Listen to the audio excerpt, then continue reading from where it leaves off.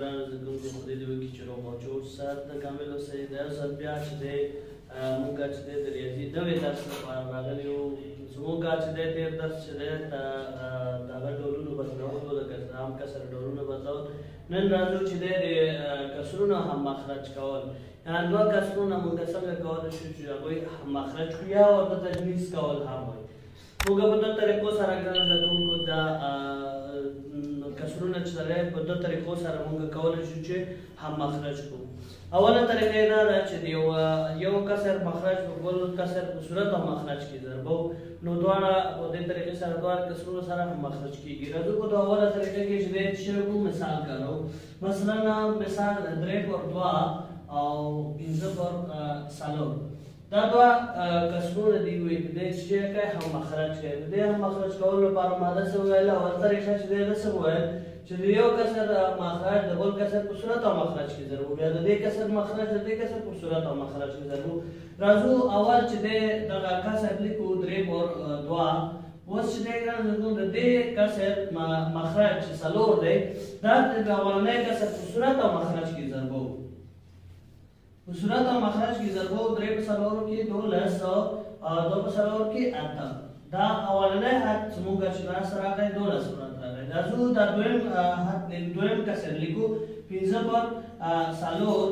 دا اوس د دې کسر مخرج هغه کې چې په دې کسر کې د دې مخرج هم ضرب کو، نو په دې کې چې دی په دې کسر کې بیا د دې کسر مخرج څه کو ضربو، یعنې د دې مخرج څو دی 2 دی، په صورت او مخرج کې به ضربو. دې ځینه مساوي کېږي 2 په 5 کې 10 2 په 4 کې 8. نو دلته ګورئ ګرانو زده کوونکو زموږ چې دی سوال دواړه چې دی کسرونه سره هم مخرج شول 12 پر 8 او 10 پر 8. دا زموږ چې دی یو طریقه. او بله طریقه موږ هم لرو چې راځو په هغه طریقو کې چې دی دا مثال څه کوو حلو.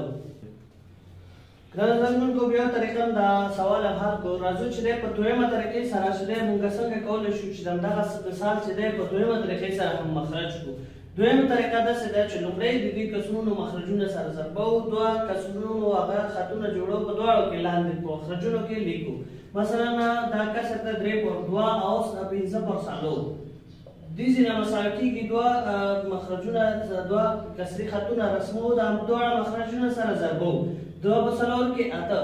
نو دا دواړه مخرجونه کې دلته لیکو. اوس چې دی ګرانو زده کوونکو که چېرې دا مخرج واخلو په لومړی کسر په مخرج تقسیم کړو، بیا د صورت سره ضرب کړو، 8 په 2 کې تقسیم شي 4 په 3 کې 12.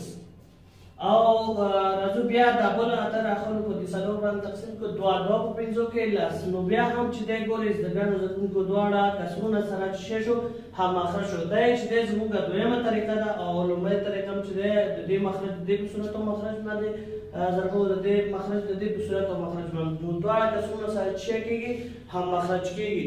نو ګرانو زده کوونکو دا هم مخرج کول چې دی زموږ د کسرونو آینده درس زموږ چې دی د پرتله کول دي، د دوو کسرونو پرتله کول په هغه کې موږ ته په کار راځي. همداسې په جمع کې د کسرونو په جمع کې او د کسرونو په تفریق کې چې دی دغه عملیه چې دی تجدید کول زموږ په کار راځي. نو ځکه نن ویډیو چې دی په دې تجدید کول کې موږ جوړ کړو.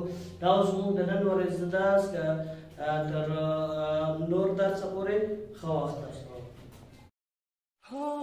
د لا نورو ښو ویډیوګانو لپاره زموږ چینل افغان لمټیک سبسکرایب کړئ.